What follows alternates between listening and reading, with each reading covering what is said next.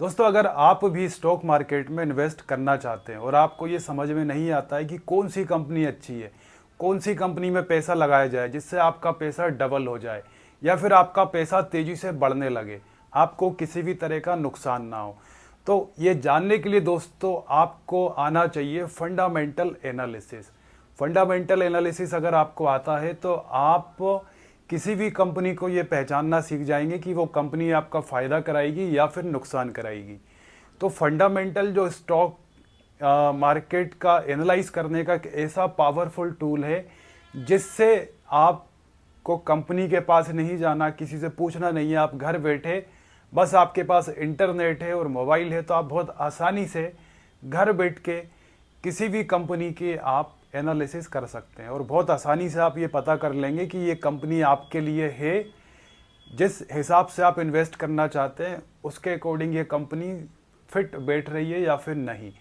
तो ये सारी चीज़ें सीखने के लिए दोस्तों फंडामेंटल एनालिसिस किया जाता है।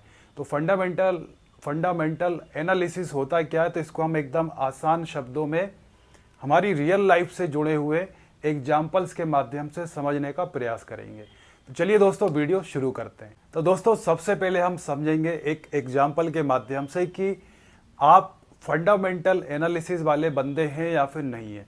तो पहला एग्जाम्पल ये है कि अगर मान के चलिए आप जहाँ भी रहते हैं, आप अपने घर के आसपास की मंडी में जाते हैं और मंडी जाकर के आप आलू खरीदने गए, आपको एक दुकानदार दिखा, आपने उस दुकानदार से पूछा कि भाई आलू क्या भाव चल रहे हैं। तो उस दुकानदार ने आपको आलू का रेट बता दिया कि आलू 50 रुपये किलो चल रहा है। और उसने जैसे ही 50 रुपये किलो बोला, इसके बाद से फिर आपका अगर दिमाग चलना शुरू हो जाता है, क्या कि अगर दिमाग चलना क्या है कि आप उस दुकानदार के पास जो सामने उसके ठेले पे सामान रखा हुआ है आलू, वो कितना आलू है, फिर आपको उसने रेट बता दिया 50 रुपये। फिर उस टोटल आलू को अगर आप 50 रुपये से मल्टीप्लाई करके आप हिसाब लगाने लगे कि 50 रुपये किलो आलू ये बेच रहे हैं, तो इनके पास अभी सामने आपको दिख रहा है 100 किलो आलू। तो आपने हिसाब लगा लिया कि यार 100 किलो आलू 50 रुपये के भाव से इतने किलो का ये हो गया। फिर आपने थोड़ा देखा कि उसके पास में उसका स्टॉक रखा हुआ था गाड़ी में भर के, एक बड़ी सी गाड़ी खड़ी थी और उसमें भी उसी दुकानदार का आलू स्टॉक में रखा हुआ था। तो फिर आपने दिमाग चलाया कि यार 50 रुपये किलो आलू के हिसाब से 100 किलो आलू तो सामने रख के बैठा ही है, फिर पूरी एक गाड़ी भर के, मतलब एक ट्रैक्टर ट्राली भर के एक आलू, वो भी कई बोरियां रखी हुई हैं। फिर आपने हिसाब लगा लिया कि यार आप तो सोच रहे थे कि ये इतने का ही हो रहा, लेकिन वो ट्रॉली में भी तो बहुत सारा आलू रखा हुआ है। तो आपने उसको कैलकुलेट कर लिया कि यार ये तो मतलब इतने रुपये का आलू लेके बैठा हुआ है इतनी सी जगह में। फिर आपका दिमाग और आगे बढ़ा, आपने दिमाग चलाया कि यार ये आलू 50 रुपये किलो में मुझे बेच रहा है, तो इसको प्रॉफिट कितना होगा, इसने अगर मुझे 50 रुपये में बेच रहा है तो ये इसने खरीदा कितने में होगा, जहाँ से भी वो खरीद के लाया होगा दुकानदार उस आलू को, बड़ी मंडी से लाया होगा या किसान से खरीद के लाया होगा खेत से। तो आप अगर ऐसे दिमाग चलाते जा रहे हैं कि यार इतने का आलू ये रखा हुआ है, इतना आलू उसके पास गाड़ी में रखा हुआ है, तो ये इतने का हो गया। फिर 50 रुपये में अगर ये सेल कर रहा है तो ये लाया कितने में होगा, और लाया होगा तो इसका जब किसान के पास से मंडी तक ये दुकानदार आलू लेकर के आया तो इसका खर्चा कितना हुआ होगा। मतलब भाई ट्रैक्टर ट्राली में लाया होगा आलू या ट्रक में लाया होगा किसान के यहाँ से खेत से दुकान तक, तो उसमें तेल कितना लगा हुआ होगा, ट्रैक्टर ट्राली भी उसकी है या किराए से लाया होगा। तो ये सारे खर्चे जब आप, ये सारा कैलकुलेशन आपके दिमाग में चलने लगता है, तो मतलब आपको समझ लेना चाहिए कि, और अगर आप ये चीज़ हर जगह करते हैं, मतलब आप कुछ भी मार्केट में सामान लेने जाते हैं और सामान लेते समय आपके दिमाग में एक कैलकुलेशन चलने लगती है प्रॉफिट लॉस वाली, तो मतलब आप ये मान के चल सकते हैं कि आप फंडामेंटल एनालिसिस वाले इंसान हैं। मतलब आप शेयर मार्केट में फंडामेंटल एनालिसिस कर सकते हैं। एक एग्जाम्पल तो ये हो गया। अब दूसरे एग्जाम्पल के माध्यम से हम समझेंगे कि फंडामेंटल एनालिसिस कैसे किया जाता है, तो इसे एग्जाम्पल के माध्यम से समझते हैं। तो जैसे कि एक एग्जाम्पल और ले रहे हैं हम कि आप जहाँ भी रहते हैं आपके घर के आसपास कोई दूध डेयरी है, आपके घर के आसपास दूध की डेयरी है, आप दूध डेयरी पे जाते हैं, आप उससे बोलते हैं कि भाई मुझे 1 लीटर दूध दे दो, और क्या रेट है 1 लीटर दूध का, तो उसने डेयरी वाले ने आपको बता दिया 60 रुपये का रेट चल रहा है।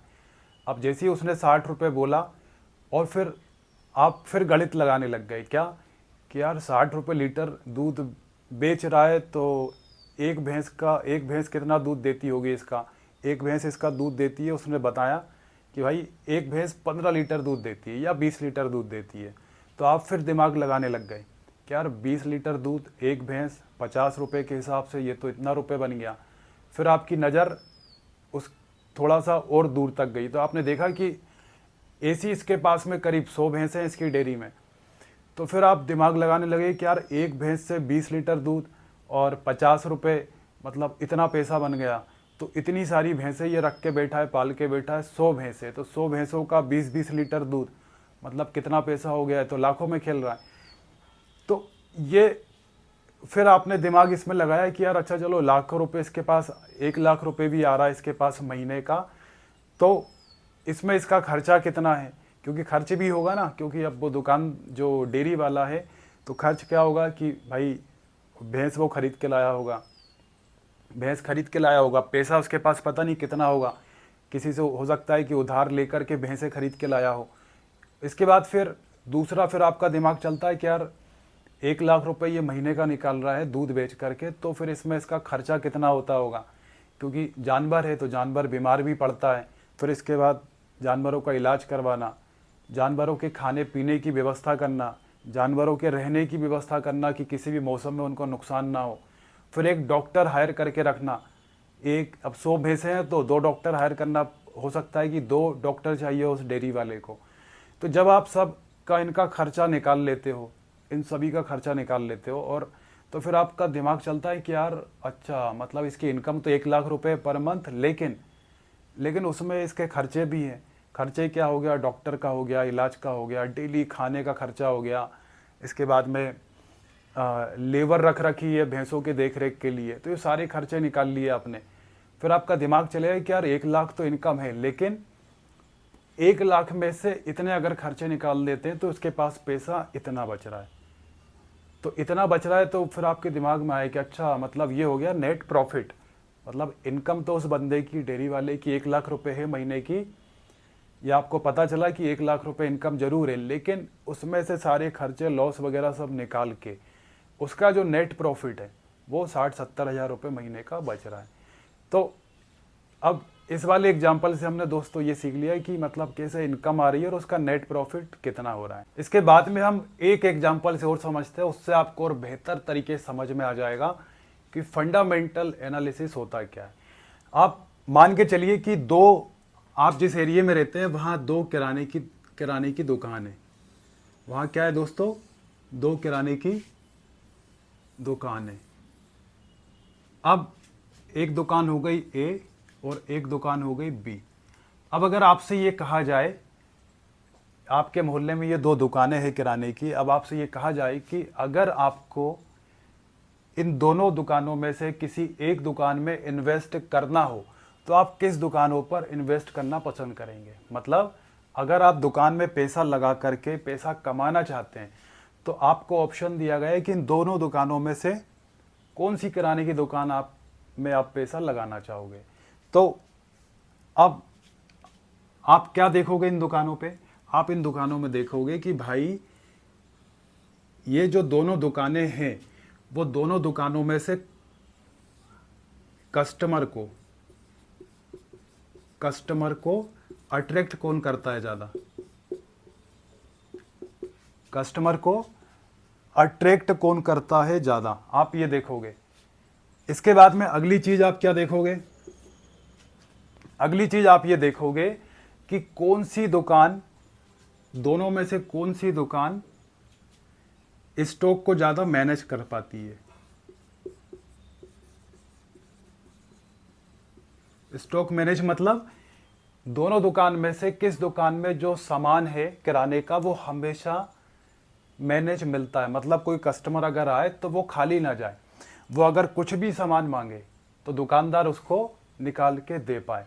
तो इसे हम कहेंगे स्टॉक मैनेज, मतलब मैनेज किस में रहता है। और क्या आप देखोगे, और आप देखोगे कि भाई दोनों दुकानों में से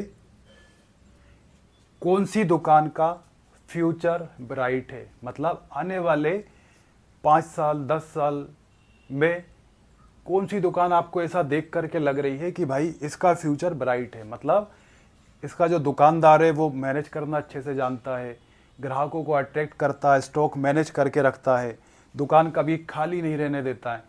तो ये सारी चीज़ें आप देखते हो तो आप देखोगे फ्यूचर किसका ब्राइट है।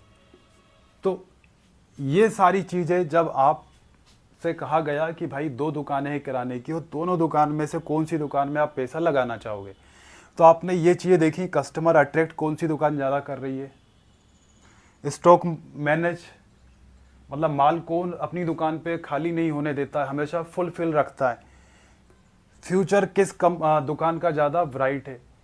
मतलब सिंपल से एग्जाम्पल के माध्यम से हम समझना चाह रहे हैं कि फंडामेंटल एनालिसिस क्या होता है। तो दोस्तों सेम कंडीशन अगर ये आपको समझ में आ गई हो तो सेम कंडीशन स्टॉक मार्केट में होती है। बस आप इन्हीं चीज़ों को आप सोचिए कि ये दुकान की जगह अब ये हो गए स्टॉक, ये आपके 2 कंपनियां हो गई, आपके सामने 2 स्टॉक्स हैं, एक हो मान लो आप SBI का और एक ICICI बैंक का है। अब उसमें भी जब आप फंडामेंटल एनालिसिस आप करने जाओगे ना, मतलब फंडामेंटल एनालिसिस हम करेंगे क्यों, क्योंकि हमें चूज़ करना है कि दोनों में से कौन सी एक कंपनी अच्छी है पैसा लगाने के लिए, जिससे कि हम उसका स्टॉक खरीद सके। तो वहाँ भी आप यही देखोगे सारी चीज़ें। तो इसी तरह से फंडामेंटल एनालिसिस किया जाता है। अब इसके बाद अगली चीज़ क्या है, अगला एक लास्ट एग्जांपल और हम ले रहे हैं, इससे आप और मतलब आपको बहुत अच्छे समझ में आ जाएगा। जैसे कि आजकल आप रोडों पे देखते हैं ई रिक्शा, तो ई रिक्शा आजकल आपको हर कहीं गली मोहल्ले में दिख जाएंगे, मतलब भरमार हो गई है। पहले ऑटो हुआ करते थे, अब ऑटो के बाद अब ई रिक्शा आपको हर कोई चलाता हुआ दिख जाएगा। तो इससे क्या समझ में आ रहा है कि भाई ई रिक्शा इतने ज़्यादा क्यों खरीद रहे हैं लोग बाग।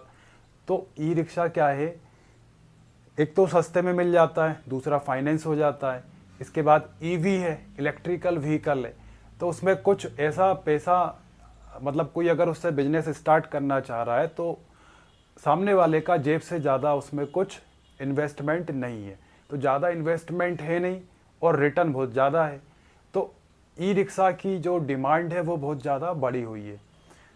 अब डिमांड जब बढ़ी हुई है तो क्या इसमें फ़ायदा किसका होगा, मतलब एक जिसने ऑटो ख़रीदा EV, वो तो कम सस्ते में ख़रीद के फाइनेंस करा के बढ़िया अपना उसकी रोजी रोटी चला रहा है, मतलब सबसे सस्ता इन्वेस्टमेंट है। लेकिन इससे ओवरऑल फ़ायदा किसको हो रहा है, इससे फ़ायदा जो ई रिक्शा बनाने वाली कंपनी है उसको भी फ़ायदा हो रहा है। कैसे हो रहा है, वो कंपनी अगर ई रिक्शा बनाने वाली कंपनी अगर स्टॉक मार्केट में लिस्टेड है तो उसके शेयर की प्राइस बढ़ रही है। कैसे बढ़ रही है, क्योंकि जब कंपनी का माल ज़्यादा बिकेगा, मतलब ज़्यादा डिमांड आएगी तो कंपनी उसको ज़्यादा प्रोडक्शन करेगी तो कंपनी की सेल बढ़ेगी, अब सेल बढ़ेगी तो कंपनी की इनकम बढ़ेगी।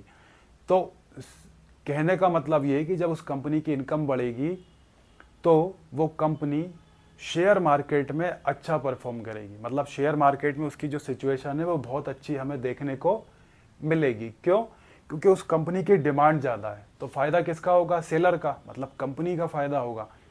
तो कंपनी हमें स्टॉक मार्केट में अच्छी परफॉर्मेंस करते हुए देखने को मिलेगी। एक और एग्जांपल लेते हैं हम, जैसे मान के चलिए जब कोई शादी करने जाता है तो वो क्या चीज़ें देखता है, क्या सिर्फ सामने वाले का फ़ोटो देख करके शादी कर लेता है, नहीं।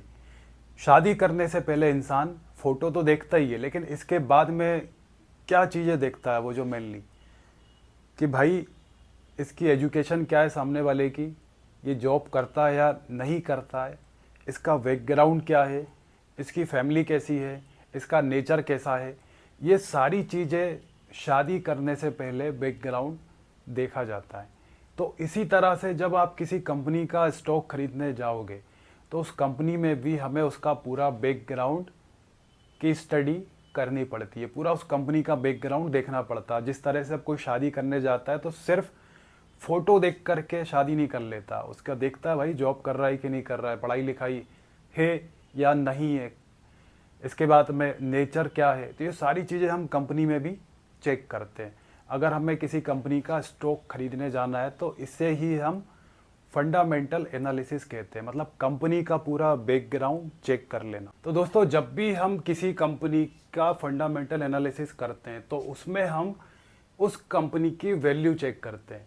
मतलब वैल्यू का मतलब क्या है, जैसे मान के चलिए कि आप जितना पैसा आप उस कंपनी में लगा रहे हैं तो उतना पैसा कंपनी आपको कमा के दे भी पा रही है या फिर नहीं दे पा रही है। क्योंकि कंपनियां तो बहुत सारी हैं मार्केट में 5,000 कंपनियां हैं। अब 5,000, क्योंकि चैलेंज क्या है कि 5,000 कंपनियों में से अपने लिए सबसे बेहतर कंपनियां ढूंढना, ये सबसे बड़ा चैलेंज है। फंडामेंटल एनालिसिस का जो बेनिफिट है ना, वो क्या है, मतलब फंडामेंटल एनालिसिस कोई इंसान करता क्यों है, क्योंकि जब 5,000 कंपनियां सामने है उसके और उन 5,000 कंपनियों में से उसे एक कंपनी चूज़ करना है पैसा लगाने के लिए, तो ये बहुत बड़ा चैलेंज हो जाता है। तो ऐसे समय पर फंडामेंटल एनालिसिस काम आता है। मतलब जिसको भी फंडामेंटल एनालिसिस आता है वो इन 5,000 कंपनियों में से अपने लिए सबसे बेहतर कंपनी बहुत आसानी से चुन सकता है, जिसमें वो पैसे लगा के पैसे बना सके। तो अब सवाल ये आता है कि फंडामेंटल एनालिसिस करते कैसे। हमने ये तो जान लिया कि फंडामेंटल एनालिसिस होता क्या है, करते क्यों है, किसी कंपनी की वैल्यू चेक करने के लिए कि भाई ये हम कंपनी में पैसा लगाने जा रहे हैं तो क्या ये कंपनी डिजर्व करती है पैसा लगाने के लिए, क्या मेरा पैसा डूब तो नहीं जाएगा। तो उस वैल्यू को पता करने के लिए फंडामेंटल एनालिसिस करते कैसे हैं। तो यहाँ पे आप देखिए, स्टॉक मार्केट की वैल्यू का पता कैसे लगाते हैं, मतलब वही अभी जो मैंने कहा आपसे, किसी कंपनी की वैल्यू का पता कैसे करते हैं। तो यहाँ पे आप देखिए कुछ उसके रेशियोज होते हैं, मतलब कुछ ऐसे फंडामेंटल एनालिसिस में कुछ रेशो होते हैं। उन रेशो के माध्यम से हम फंडामेंटल एनालिसिस करके उस कंपनी की असली वैल्यू का पता लगा सकते हैं। जैसे पहली चीज़ क्या है, पहली चीज़ है पीई रेशियो। पीई रेशियो इसका फुल फॉर्म होता है price to earning ratio, price to earnings ratio. इसके माध्यम से हम कंपनी की वैल्यू पता करते हैं कि भाई कोई स्टॉक हमें सस्ता मिल रहा है या महंगा मिल रहा है। अगला होता है PB, price to book value ratio. ये सब फंडामेंटल एनालिसिस के इंपॉर्टेंट रेशोज हैं जिनके माध्यम से हम किसी भी कंपनी को एनालाइज करते हैं। इसके बाद एक हो गया करेंट रेशो, इसके बाद अगला हो गया डेट टू इक्विटी रेशो, कि कंपनी में कर्जा कितना है। तो ये रेशो के माध्यम से हम पता करते हैं कि कैसे कंपनी परफॉर्म करेगी, कंपनी खरीदने लायक है या फिर नहीं है। तो ये तो इम्पोर्टेंट रेशो हो गए। इसके अलावा फंडामेंटल एनालिसिस में कुछ और पावरफुल फैक्टर्स होते हैं, टूल्स होते हैं, उनके माध्यम से भी हम कंपनी का फंडामेंटल एनालिसिस करते हैं। वो क्या है, यहाँ देखिए आप, कंपनी की आती है वार्षिक रिपोर्ट, हर कंपनी की वार्षिक रिपोर्ट आती है। तो उस कंपनी की वार्षिक रिपोर्ट पढ़ के समझ पाना कि वो कंपनी का काम क्या है, कंपनी कैसा काम कर रही है। अगली चीज़ है इंडस्ट्री से जुड़ा डेटा, मतलब जिस भी इंडस्ट्री में आप देख रहे हैं, जिसको भी आप एनालाइज कर रहे हैं, जिसमें आपको इन्वेस्ट करना है, तो उस इंडस्ट्री से जुड़ा जो डेटा आता है ये सब वेबसाइट पे अवेलेबल हो जाता है आसानी से। जिस कंपनी को हम देख रहे होते हैं उस कंपनी की वेबसाइट होती है, तो उस कंपनी की वेबसाइट पर ये सारे डेटा आसानी से मिल जाते हैं। इसके बाद में न्यूज़ देखना, खबरें देखना कि खबरों में क्या चल रहा है, किसके बारे में क्या आ रहा है। फिर इसके बाद में अगली चीज़ है कंपनी की एक्सेल शीट, कंपनी का इसमें पूरा हिसाब किताब, कंपनी का खर्चा, सारी चीज़ें इसमें ऐड होती हैं। तो इन सारी चीज़ों को पढ़ना और समझना कि फंडामेंटल एनालिसिस कैसे करते हैं, तो ये सब जब हमको समझ में आ जाए तो फिर हम इजीली किसी भी कंपनी का फंडामेंटल एनालिसिस कर सकते हैं। अब सवाल ये आता है कि इसको करते कैसे हैं, इनका मतलब क्या होता है, मतलब जो ये पैरामीटर्स यहाँ लिखे हुए हैं किसी भी कंपनी को जांचने परखने का, तो इन सब का मतलब होता क्या है, या फिर कंपनी की वार्षिक रिपोर्ट पढ़ते कैसे हैं, इंडस्ट्री से जुड़ा डेटा कैसे देखते हैं, न्यूज़ तो अखबार पढ़ा रहता है, खबरों से भरा पड़ा रहता है, तो उसमें कैसे ढूंढा जाता है न्यूज़ को, या फिर ये सब रेशोज़ क्या होते हैं, कैसे पता चलेगा भाई, कैसे क्या कैलकुलेशन करेंगे रेशोज़ से। तो आप इसकी चिंता मत करिए, आने वाले वीडियो में हम स्टेप बाय स्टेप पूरा इसको डीपली समझेंगे। तो अभी बस आप इतना समझ लो, और इसके बाद जो वीडियो आएंगी तो उसमें हम पूरा डीप में इसको स्टेप बाय स्टेप कवर करने वाले हैं। इसके बाद में दोस्तों अगली चीज़ आती है कंपनियाँ। कंपनियाँ कितने प्रकार की होती हैं? तो कंपनियाँ शेयर मार्केट में 3 प्रकार की हैं। कौन कौन सी? एक है लार्ज कैप, दूसरी है मिड कैप, तीसरी है स्मॉल कैप। मतलब जितनी भी जो कंपनियां हैं, जैसे मैंने कहा 5000 कंपनियां शेयर मार्केट में लिस्टेड हैं, तो ये 3 तरह की जो टाइप है कंपनियों का, इसमें वो लिस्टेड है। लार्ज कैप जैसे इसमें बड़ी कंपनी आती है, नाम से ही क्लियर हो रहा है लार्ज कैप।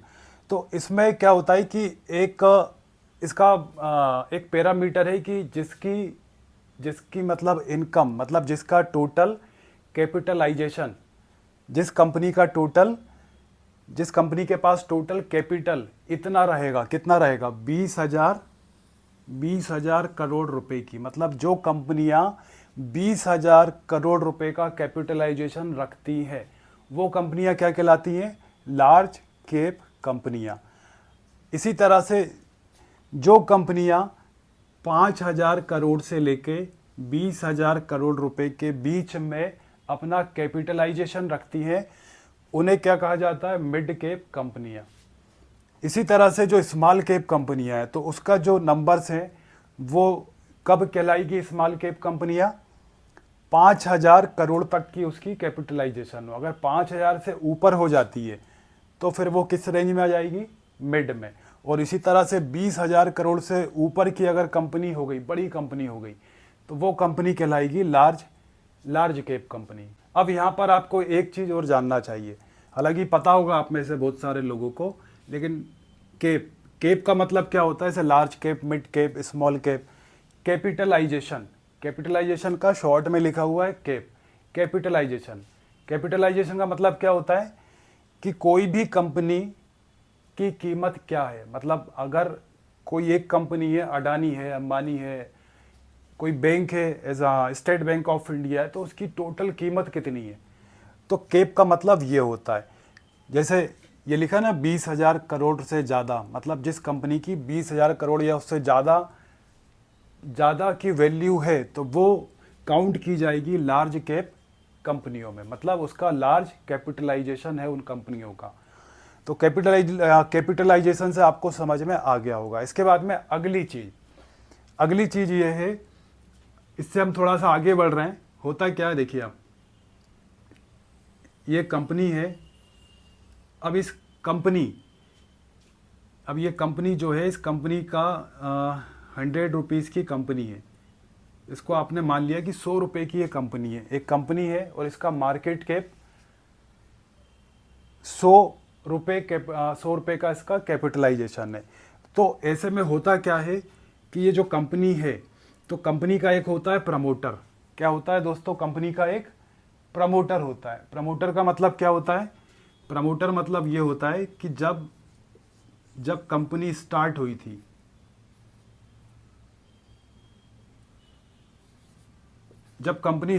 थी, तो कंपनी को किसने स्टार्ट किया था। तो जिन लोगों ने भी, जब कोई कंपनी आती है, कंपनी शुरू होती है, तो उस कंपनी को स्टार्टिंग में जिन लोगों ने स्टार्ट किया होता है, मतलब कंपनी चालू की हुई होती है, तो वो लोग कहलाते हैं उस कंपनी के प्रमोटर। तो कंपनी का जो प्रमोटर मतलब कंपनी का मालिक, तो कंपनी का जो मालिक है वो अपने पास रखता है कंपनी में से कुछ हिस्सा अपने पास रखता है। पूरी कंपनी भी उसके पास हो सकती है, लेकिन उससे उसे प्रॉफिट नहीं होगा। तो वो क्या करता है कि जैसे ये 100 रुपये की कंपनी है, तो 100 रुपये में से उसने क्या करा कि भाई 50%, कितना? 50% अपने पास में रख लिया। किसने रख लिया? प्रमोटर ने रख लिया। और बाकी का जो 50% है, तो इसके उसने हिस्से बांट दिए। कैसे बांट दिए? कुछ हिस्सा उसने एफआईआईस को दे दिया, कुछ हिस्सा डीआईआईस को दे दिया। इसके बाद में कुछ उसने ओआई में दे दिया। ओआई मतलब रिटेल इन्वेस्टर।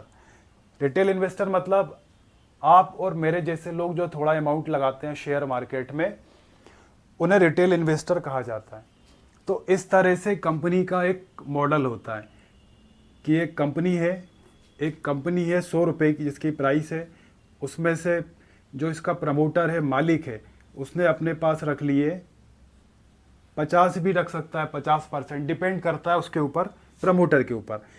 तो हो सकता है कि ये प्रमोटर अपने पास 60% रख ले, कंपनी का 60% हिस्सा प्रमोटर अपने पास में रख ले, बाकी का जो बचा हुआ 40% है, तो उस 40% को वो भाई किस किस को देगा? जब कोई भी कंपनी स्टॉक मार्केट में लिस्टेड होती है तो कंपनी का मालिक कुछ हिस्सा अपने पास रखता है 60%, 50%, और बाकी का जो हिस्सा बचा होता है वो किसको देगा? Foreign investor. फॉरेन इन्वेस्टर आपने सुना होगा, जो एफआईआईज होते हैं, विदेशी निवेशक, उन लोगों को इतना हिस्सा दे दिया। डीआईआईज को कुछ हिस्सा दे दिया। डीआईआईज मतलब हमारे डोमेस्टिक इन्वेस्टर। डोमेस्टिक इन्वेस्टर मतलब जितने आप जो हमारे एलआईसी वाले कंपनियां होती हैं, म्यूचुअल फंड्स वाली कंपनियां होती है, इन सभी को डोमेस्टिक इन्वेस्टर कहा जाता है। इसके बाद में जो हिस्सा बचता है वो दिया जाता है किसे? वो दिया जाता है रिटेल।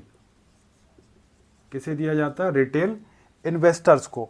तो ये सारी चीज़ें डिसाइड होती है कि कोई कंपनी अगर शेयर मार्केट में लिस्ट होने के लिए आ रही है, इन तीनों में से किसी भी एक कैपिटलाइजेशन में लिस्ट होने आ रही है, तो कुछ हिस्सा वो अपने पास रखेगी कंपनी, और बाकी का जो बचा हुआ हिस्सा वो 3 लोगों में इनमें बांट दिया जाता है एक रेशियो के अकॉर्डिंग। मतलब इसमें भी ये होता है कि एक फिक्स रहता है रेशियो। जो ये तीनों है तो इनमें ऐसा नहीं कि किसी को कितना भी दे दिया, इसमें भी एक डिसाइडेड रहता है पहले से कि किसको कितना देना होगा। रिटेल को कितना देना है, एफआईआईस को कितना है, डीआईस को कितना देना है। तो इसे डिसाइड कौन करता है? तो इसे डिसाइड करता है सेबी। कौन डिसाइड करता है दोस्तों? सेबी। सेबी मतलब security exchange board of India.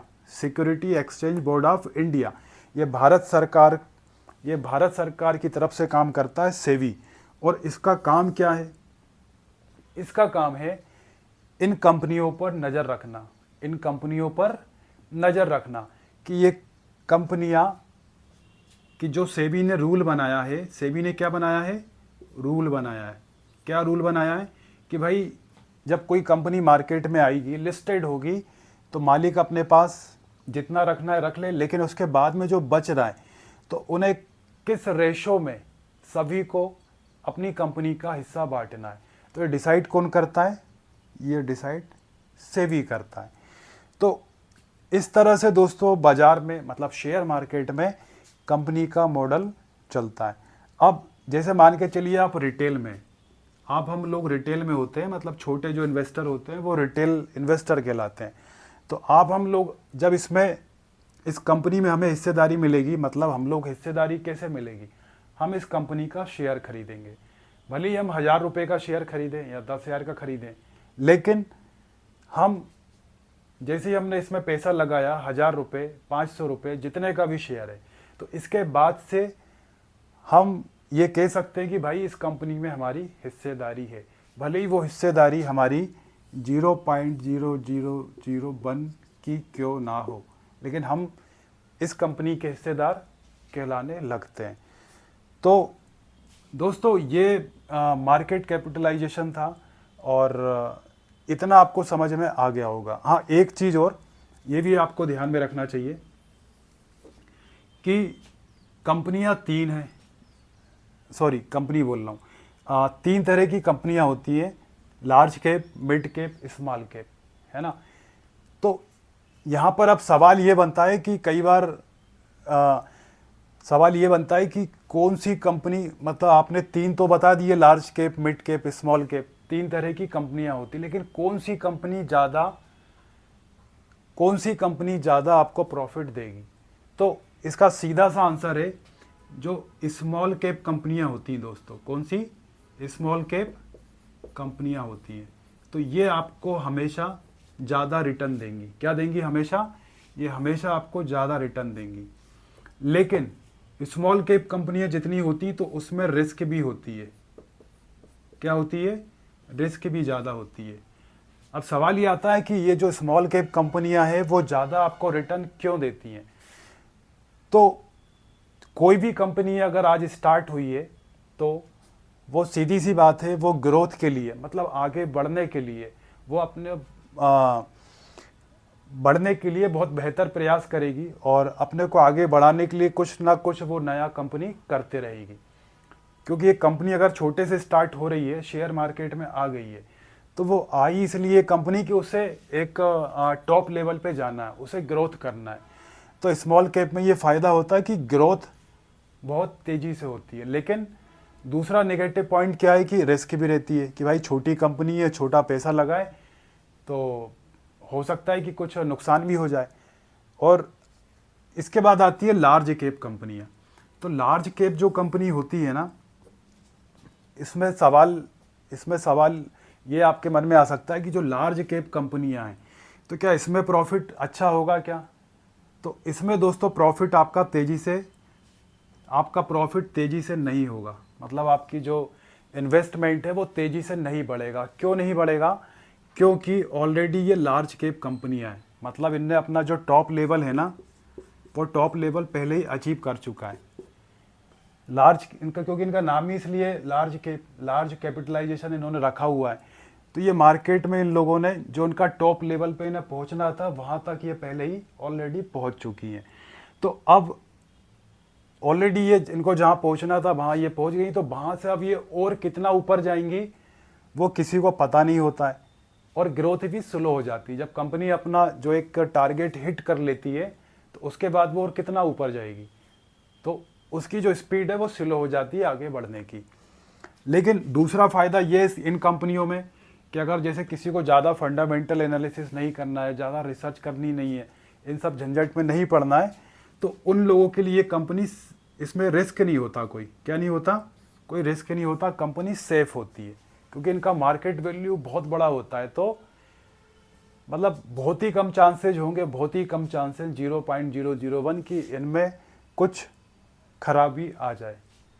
तो ये सारी चीज़ें मैंने आपको बता दी है कि स्मॉल कैप कंपनियां तेज़ी से ग्रो करती हैं। मतलब आप उसमें पैसा लगाओगे तो आपका पैसा भी तेज़ी से भागेगा। कंपनी भाग रही तो पैसा भी हमारा भागेगा। लेकिन लार्ज कैप कंपनी में ग्रोथ स्लो होती है, लेकिन पैसा आपका सेफ, कोई रिस्क नहीं होती है। तो दोस्तों आज के वीडियो में हमने ये सारी चीज़ें डिटेल में समझ ली। एकदम बेसिक चीज़ें थी फंडामेंटल एनालिसिस की। तो आपको ये बेहतर तरीके से समझ में आ गया होगा, कमेंट सेक्शन में बताइएगा। और तो ये पहला वीडियो है फंडामेंटल एनालिसिस का। अब इसके बाद में जो अगला वीडियो आने वाला है तो उसमें हम बिल्कुल एकदम मतलब सारी चीज़ें, मतलब जो भी आज हमने देखा है सारी चीज़ों को स्टेप बाय स्टेप बहुत अच्छे तरीके से समझने का प्रयास करेंगे। तो चैनल पर अगर आप नए हो तो सबसे पहले सब्सक्राइब कर लो ताकि आने वाली सारी वीडियो आपको मिलती जाए।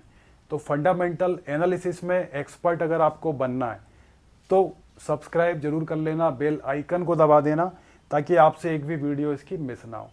तो दोस्तों आज की वीडियो में इतना ही था। वीडियो अच्छी लगी तो लाइक करिएगा और वीडियो इन्फॉर्मेटिव है तो इसे ज़्यादा से ज़्यादा अपने दोस्तों के साथ शेयर करें ताकि वो भी इसका लाभ ले पाएँ।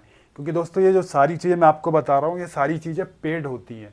मतलब ये आपको सीखने के लिए आपको पे करना होता है, तब जाके सारी चीज़ें आप सीख पाते हो। तो आने वाले वीडियो में मैं बहुत डीपली आपको सारी चीज़ें फंडामेंटल एनालिसिस के बारे में बताने वाला हूँ। तो दोस्तों आज की वीडियो में इतना ही था, फिर मिलते हैं नेक्स्ट वीडियो में।